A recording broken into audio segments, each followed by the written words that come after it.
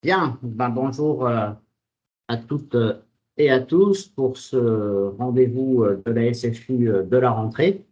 Donc, je suis évidemment ravi de vous retrouver. Donc, pour ceux qui nous rejoignent, les rendez-vous de la SFU, c'est donc ce partage de la connaissance ouvert à tout le monde qui est enregistré.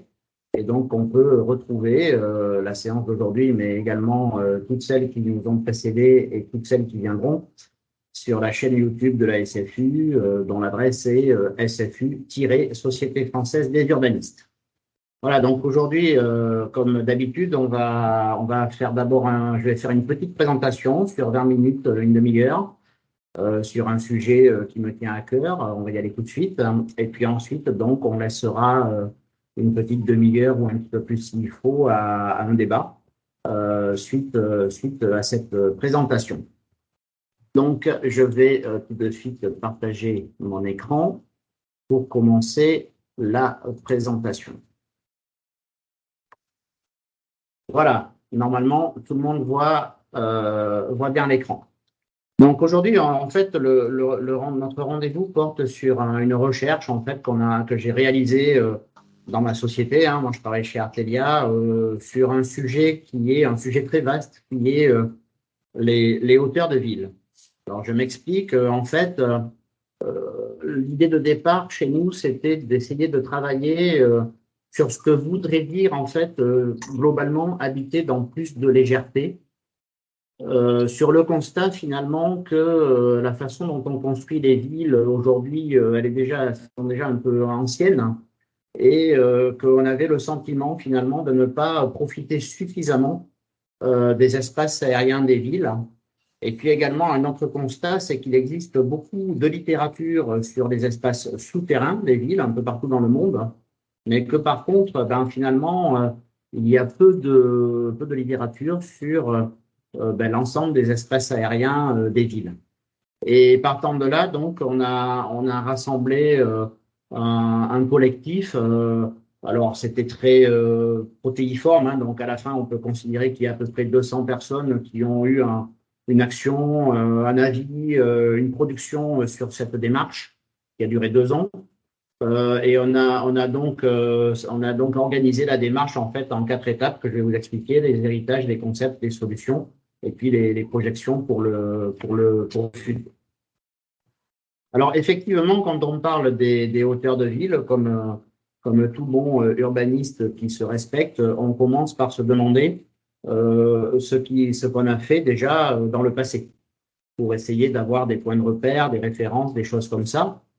Et donc, cette recherche de ce qu'on a pu faire dans l'espace aérien des villes dans le passé, on l'a appuyé déjà sur un concept, enfin un constat, c'est que finalement, aujourd'hui, on construit les villes quasiment comme on le faisait il y a 200 ans, même 300 ans. Ici, on est à 300 ans, c'est-à-dire en acheminant des matériaux, parfois difficilement, en essayant de les transporter dans la ville en activité jusqu'aux endroits où on construit. Et puis finalement à construire la ville à partir des espaces naturels des villes qui sont les espaces publics. Et aujourd'hui, on a un premier constat qui est de se dire que finalement, ces espaces publics, on leur a donné beaucoup, beaucoup, beaucoup de fonctions, tous les réseaux vitaux de la ville, dans une proche profondeur de la ville, des espaces publics, tous les espaces de mobilité, d'accessibilité, etc. Mais également qu'aujourd'hui, on veut y mettre dans ces rares espaces publics 2 fonctions supplémentaires qui sont la nature en ville, dont on entend beaucoup parler, et puis les systèmes de résilience, puisque avec les inondations, la chaleur, etc., dans ces espaces publics, finalement, il y a des moments où ils doivent servir à autre chose qu'à tous les usages qu'on leur a déjà donnés. Et donc, le constat qu'on a un petit peu réalisé, c'est que si on voulait effectivement rénover la ville, comme on se l'est un peu promis, à savoir dans une échelle de 30 à 50 ans pour réussir les transitions énergétiques, les transitions de confort, etc., finalement, la construire à partir des espaces publics comme on le fait aujourd'hui, avec en plus les nouvelles fonctions qu'on veut lui attribuer, ça ne sera pas facile du tout. Donc, je reviens à mon propos sur les héritages, c'est de se demander effectivement comment est-ce que dans le passé, les gens ont appréhendé en fait cette capacité à profiter de l'espace aérien des villes avec d'abord évidemment énormément de matière sur les infrastructures.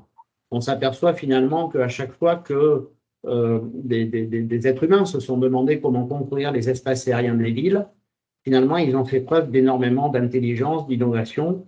Le pont du Gard en est un des nombreux exemples.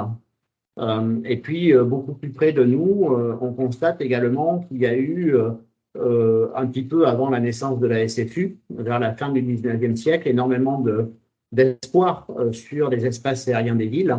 Ici, vous avez un des projets du métro de Paris en 1890 qui considérait que c'était beaucoup plus simple en fait de l'installer au-dessus des immeubles haussmanniens qu'en souterrain, comme c'était le cas à Londres. Après, vous avez d'autres personnes, dont notre préféré, Hénard, en tant qu'évidemment cofondateur de la SFU, qui a été d'ailleurs président de la SFU en 1914. Donc, Eugène Alfred Hénard, il est au service technique de la ville de Paris, il s'occupe de tout ce qui est voirie, etc. Il a inventé les giratoires, etc. Mais il a surtout beaucoup réfléchi en fait à cette porosité entre les espaces publics, les étages de la ville et les souterrains, de façon à considérer finalement que ce ne sont pas des objets distincts et que finalement, quand on considère les espaces publics, ben, il faut considérer en même temps les immeubles qui sont à côté et les toits de ces immeubles. Et il avait même dessiné, comme sur la petite illustration à droite en haut, des espèces de drones qui viennent en fait se poser sur les immeubles. Donc, vraiment une image qui nous propulse 100 ans après, même plus de 100 ans après, dans le monde d'aujourd'hui. Alors ensuite, il y a eu des réalisations concrètes. Voilà, la Tour Eiffel, quand même, qui est un prodige de hauteur de ville, dans le sens où c'est cette idée d'aller vers les hauteurs grâce à toutes les technologies qu'on peut imaginer, et du coup à réaliser un immeuble vide, ce qui est une expérience assez unique dans l'histoire de la construction. Mais également les ponts à double étage, donc une certaine façon aussi d'aller conquérir l'espace aérien des villes pour y installer des fonctions de mobilité. Et d'autres exemples, comme ici au nord de l'Allemagne, ici on a donc un métro inversé qui date d'il y a 120 ans et qui en fait avait pour vocation de préserver la rivière. Il y avait en fait deux projets. Soit on couvrait la rivière pour installer une sorte de tramway sur la couverture, soit on l'a préservée en suspendant le métro. C'est la solution qui ici avait été choisie. Alors ensuite, dans cette conquête des hauteurs de ville, on a eu des personnes comme Jonas Friedman qui finalement a conçu un système un petit peu utopique et artistique de la hauteur de la ville en installant des maillages, en commençant à connecter en fin de compte l'ensemble des hauteurs de ville pour proposer en fin de compte une nouvelle appréhension. Et puis on a eu des réalisations célèbres comme la A-Line à New York, qui a en fait renversé l'image de cette partie de la ville en convertissant en fait un ancien réseau ferroviaire en promenade. La A-Line de New York qui s'inspire directement du viaduc des Arts à Paris, qui a été réalisé 30 ans avant et qui en fait est le précurseur de cette reconquête en fait des infrastructures existantes pour gagner les hauteurs de ville. Et puis, deux images pour finir. Donc, les travaux de Hundertwasser, le architecte et artiste autrichien qui finalement a passé sa vie à considérer que les arbres étaient les habitants des immeubles et à construire des villes entières dont le toit, effectivement, en fin de compte, est une partie de la nature, pour résumer, avec de nombreuses réalisations faites, donc beaucoup d'inspiration peut-être à retrouver chez lui. Et puis pour finir, un petit clin d'œil à la seule ethnie mondiale qui finalement habite dans les hauteurs. C'est-à-dire que c'est sûrement la population qui a l'empreinte carbone la plus minimale, voire une empreinte carbone positive, puisqu'ils passent leur temps en fait à aménager et à restaurer la forêt autour d'eux, qui est finalement leur garde-manger. Et ils n'y opposent aucune empreinte puisqu'ils construisent l'ensemble de leurs habitations sur la canopée des arbres. Donc, partant de ce constat, on voit que finalement, réinterroger cette idée de mieux profiter des hauteurs de ville, ça convoque déjà beaucoup d'héritage. Ça rassure sur le fait qu'à chaque fois que des gens ont essayé d'y réfléchir à certains moments de l'histoire ou dans certains contextes, mais finalement, ils l'ont fait. Et donc, l'idée, c'est peut-être aujourd'hui de se reposer des questions et d'aller un petit peu plus loin sur cette notion-là. Alors, les concepts, je vais passer assez vite. C'est le travail donc de tout un tas de discussions, d'envies, de choses comme ça qu'on a essayé de résumer en fait en 5 grands concepts. Attendez, voilà. Donc, que je vais expliquer tour à tour. Donc, d'abord, un premier concept, c'est de dire que finalement, la verticalité, c'est quelque chose de positif. Quand on compare, par exemple, des coûts entre enterrer des réseaux ou les mettre en l'air, entre faire le Grand Paris entièrement en souterrain ou le mettre en l'air, quand on considère aussi, par exemple, l'agrément des promenades, de la mobilité, quand on considère qu'aujourd'hui, tout le monde, le soir, a envie d'aller sur des rooftops en ville pour boire un coup, ben voilà, que finalement, on peut considérer que la verticalité, collectivement, c'est quelque chose qui peut être un petit peu positif. Le deuxième concept, c'est que aujourd'hui, la ville, c'est un peu comme un nymphéa. Alors, un nymphéa dans le sens où elle peut se déployer, voilà, elle peut avoir une espèce de contagion et les structures qu'on pourrait imaginer dans les espaces aériens des villes, il faut peut-être qu'ils suivent la même chose, un peu la même habitude. Mais un nymphéa aussi dans le sens où les nymphéas, ils sont toujours reliés au sous-sol, même s'ils sont sur les hauteurs des lacs. Donc, cette idée de connexion, en fait, entre les sous-sols, les bâtiments, les hauteurs de ville, et finalement de recréer des systèmes verticaux qui vont trouver le meilleur dans chaque strate de la ville.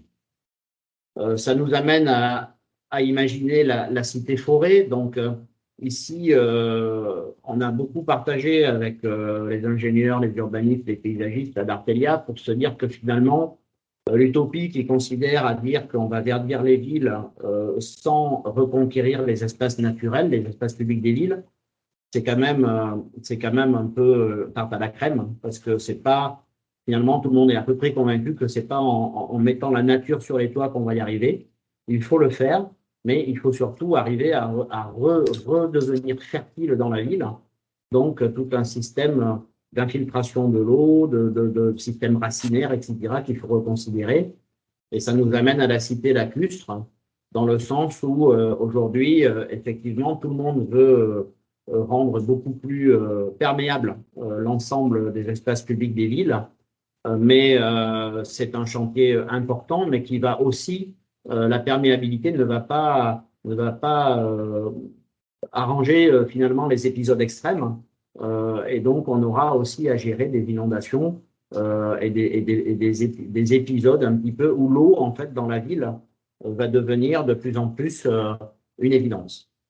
Voilà. Et puis la cinquième idée, le cinquième concept, c'est la cité énergie. On appelle ça comme ça, dans le sens où on considère que à chaque fois qu'on prend de la hauteur, on favorise de nouvelles énergies, soit des énergies qui peuvent être générées sous l'effet de la pesanteur, tout simplement, qui touchent à des volants magnétiques, qui touchent à des choses comme ça, soit de l'énergie qui consiste à faire monter de l'eau, la faire turbiner quand on a besoin d'énergie, etc. Donc, des systèmes un peu vertueux, et puis évidemment la recherche de la lumière et du soleil pour le photovoltaïque ou l'éolien. Donc voilà un petit peu, c'est très rapide, tout ça a duré 2 ans, je le rappelle, mais finalement les quelques aspects sur lesquels on s'est un peu accroché. Et puis à partir de là, on a essayé d'imaginer pour commencer en fin de compte à reconquérir ces espaces aériens des villes, quelques solutions. Alors les solutions, la première, c'est l'idée que finalement, on ne peut plus vraiment opposer les bâtiments d'un côté et les espaces publics de l'autre, et que finalement, on aurait sûrement l'opportunité dans la ville, en tout cas dans des optiques de rénovation de certains bâtiments, de les respécifier pour que ça devienne des bâtiments qui offrent des services. et non pas de l'habitation ou du bureau. Je m'explique. En fait, ce seraient des bâtiments, bon, évidemment, qui permettent d'abriter les circulations verticales, mais surtout des bâtiments qui seraient un peu des sentinelles de quartier, dans lesquels on pourrait éventuellement stocker de l'eau, des sentinelles aussi un petit peu techniques, hein, dans lesquelles on pourrait peut-être stocker de l'eau pour la relâcher dans les épisodes de chaleur, faire justement des espaces de verdure accessibles à tous, mettre des services énergétiques, éventuellement quelques fermes urbaines à droite à gauche. Donc voilà, l'idée que finalement le BAT infrastructure, c'est à la fois un bâtiment et une infrastructure qui viendrait ponctuer la ville de temps en temps pour offrir un panachage en fait de services, qu'ils soient techniques ou sociaux, aux habitants. Donc voilà un autre exemple, hein, c'est évidemment d'essayer aussi de fabriquer de l'énergie dans ces bâtiments. La deuxième solution, c'est finalement de construire le plus possible avec la nature. Alors là, ça, ce sont des recherches qui continuent aujourd'hui, c'est-à-dire finalement d'arriver peut-être à hybrider la nature avec la construction. Par exemple, on pense à des modules qui s'accrochent aux façades, un peu comme le ferait du lierre, pour favoriser en fait des infrastructures qui montent sur les immeubles. On pense aussi à certaines solutions aujourd'hui qui permettent en fait de s'appuyer sur des arbres pour générer des extractions. Donc, et puis on pense évidemment au biomimétisme, qui là est complètement autre chose, qui est de s'inspirer directement de la nature pour imaginer des formes qui permettent d'avoir en fait les meilleures façons de gagner de la hauteur avec les technologies d'aujourd'hui. Tout ce qui touche à l'impression 3D, nouveaux matériaux, etc., où il y a quand même pas mal d'avancées. On a travaillé évidemment aussi sur les empilements, parce que bon, ça par ailleurs c'est un peu une spécialité d'Artelia sur d'autres domaines comme les bigues. Voilà, une autre chose qu'on a beaucoup travaillé, c'est finalement à partir du moment où on arrive à transférer peut-être certaines fonctions dans les hauteurs, comment est-ce qu'on arrive à reconquérir l'espace naturel des villes. Donc là, aujourd'hui, on a effectivement beaucoup de recherches qui ont lieu sur l'infiltration, tout simplement, des eaux pluviales, au plus près de la goutte d'eau, hein, on appelle ça comme ça. Donc ces systèmes, on les met déjà en place. On a fait le tramway des Maréchaux là dernièrement à Paris avec des gros bacs d'infiltration, etc. Donc finalement, on voit bien que installer ces systèmes en ville nécessite de reconquérir du foncier sur les espaces publics pour les respécifier sur ces fonctions-là. Et donc, ce que par contre on est convaincu, c'est que ce ne sont pas des petites surfaces qui permettent de s'attaquer à ces problèmes-là. C'est vraiment une reconsidération complète du rôle et de la surface totale des espaces publics en vue de ces objectifs. Donc, finalement, l'eau libérée, c'est cette idée que on profite en fait de cette reconquête des hauteurs de ville pour ne plus gérer l'eau dans des réseaux qui de toute façon vont déborder de plus en plus, finalement, avec les inondations, les événements climatiques, mais pour reconsidérer en fait à la fois la vie dans des moments où l'eau est présente, mais aussi une infiltration maximale de l'eau dans la nappe de la ville. Voilà, l'écosystème vertical, c'est l'idée de créer, non pas de créer des infrastructures lourdes sur les toits des immeubles, mais plutôt essayer de trouver des structures ultra légères qui finalement, au fur et à mesure que les usages se massifient, peuvent arriver à se connecter, à s'étendre un petit peu. Et donc là, également, on a fait, ça donne lieu à d'autres recherches sur la façon de poser des structures en fait sur des immeubles sans toucher à leur fondation, la façon de déplier des ponts, ça existe déjà, des ponts qui se déplient en fait pour rejoindre, pour relier par exemple deux immeubles. Et puis cet écosystème vertical, on souhaite également réfléchir à une nouvelle gestion des travaux. Comme je le disais en préambule, réaliser toute la rénovation de la ville à partir des espaces publics et pendant qu'elle fonctionne finalement. Ça nous semble tout à fait impossible si on veut se donner les échéances que l'on s'est réellement données, hein, pour 2030 et 2050. Et donc peut-être réfléchir également, ça rejoint un peu l'immeuble serviciel, hein, par ailleurs, réfléchir à une gestion des travaux par le haut, notamment avec des sociétés comme Flying Wells, hein, qui est une société française et qui redéveloppe en fait la gestion des masses lourdes par des ballons dirigeables, par exemple, qui permettrait de venir se poser sur les hauteurs de ville. On imagine également, par exemple, faire en sorte que les grues qui servent à rénover les villes deviennent des infrastructures pérennes, c'est-à-dire servent après les chantiers pour proposer des services et des mobilités vers les hauteurs.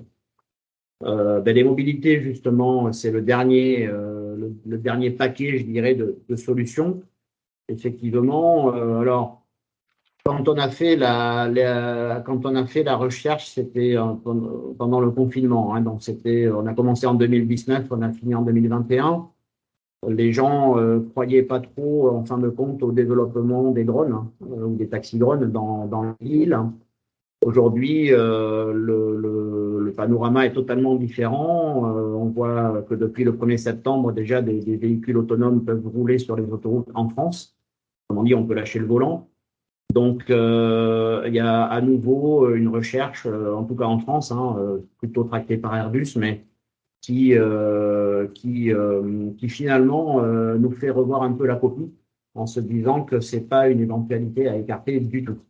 Donc ça, c'est un point, mais il y a aussi finalement tout ce que autorise les mobilités verticales avec des systèmes pendulaires, etc., qui permet finalement de bouger avec moins d'énergie. Alors voilà, finalement, tous ces débats, ça permet peut-être deux choses, hein.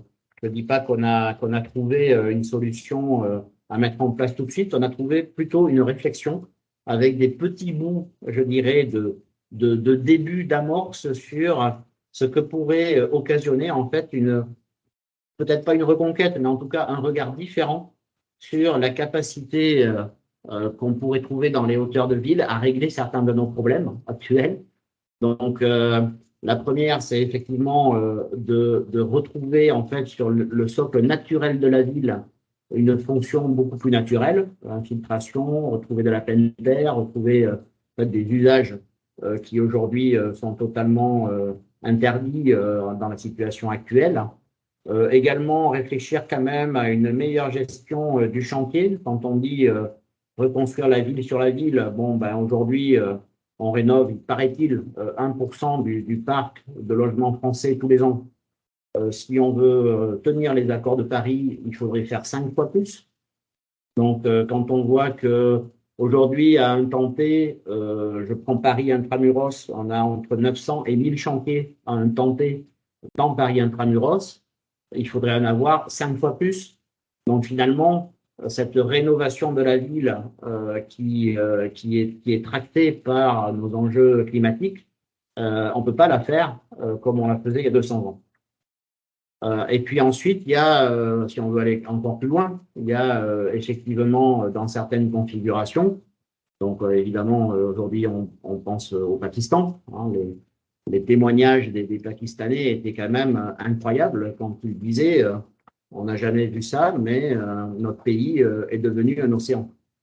Donc finalement cette image-là paraît pas si ubuesque que ça et réfléchir en fait à quelques plots de hauteur de ville, c'est aussi peut-être réfléchir à la mise en sécurité, peut-être temporaire ou pas d'ailleurs, des personnes et des biens dans le futur. Donc voilà, ensuite on est allé plus loin, mais là je ne m'étendrai pas du tout aujourd'hui, c'est-à-dire sur des petites projections qu'on a pu faire sur des lieux réels. Donc voilà, très vite, la grue Artelia, c'est cette idée effectivement d'avoir une pérennité des infrastructures de chantier après le chantier pour proposer des services. Le corridor vert, on a eu l'idée, par exemple, de relier le viaduc des Arts, justement, qui est la coulée verte parisienne, au Jardin des Plantes, avec justement un pont, mais qui ne sert qu'à abriter de la biodiversité. Voilà, en se disant, c'est intéressant de faire un lien entre ces deux spots à la fois historiques et culturels de la biodiversité parisienne. Les îles hautes, c'est quelque chose qu'on a un petit peu imaginé pour les îles de Nantes, qui sont des îles, en fin de compte, qui ont été totalement anthropisées et qui n'autorisent plus, en fait, le changement dû aux différentes inondations ou aux marées qu'on avait encore il y a 2 siècles, en se décollant un petit peu du sol. Les périphériques, c'était très intéressant. Ça, c'était un atelier qui a travaillé sur le périphérique parisien, mais qui, du coup, l'a extrapolé aux autres villes. Voilà un exemple très concret où, en fin de compte, essayer de fabriquer des infrastructures en hauteur qui permettent de ponctuer les différentes portes, de produire de l'énergie, de proposer des nouvelles mobilités et du coup de reconquérir plus ou moins pour les mobilités douces ou autres le périphérique lui-même. C'était une idée qui nous a un petit peu passionnés. Et puis on a travaillé sur le littoral, je dirais au sud de Montpellier, parce qu'on a pas mal d'études là-bas qui montrent que malheureusement, il ne va pas tenir très très longtemps. Voilà, donc voilà un petit peu ce que je voulais partager trop rapidement avec vous. Et puis maintenant, je vous laisse un petit peu débattre de tout ça. Je vais arrêter la présentation et vous retrouver sur la visio. Le débat qui a suivi ce rendez-vous est disponible dans un autre film sur la même chaîne YouTube. Et je remercie Jean-Marc Chivot, architecte de génie, qui est l'auteur de toutes les illustrations de cette présentation et qui a accompagné le projet Hauteur de Ville depuis le début. Donc grand merci Jean-Marc.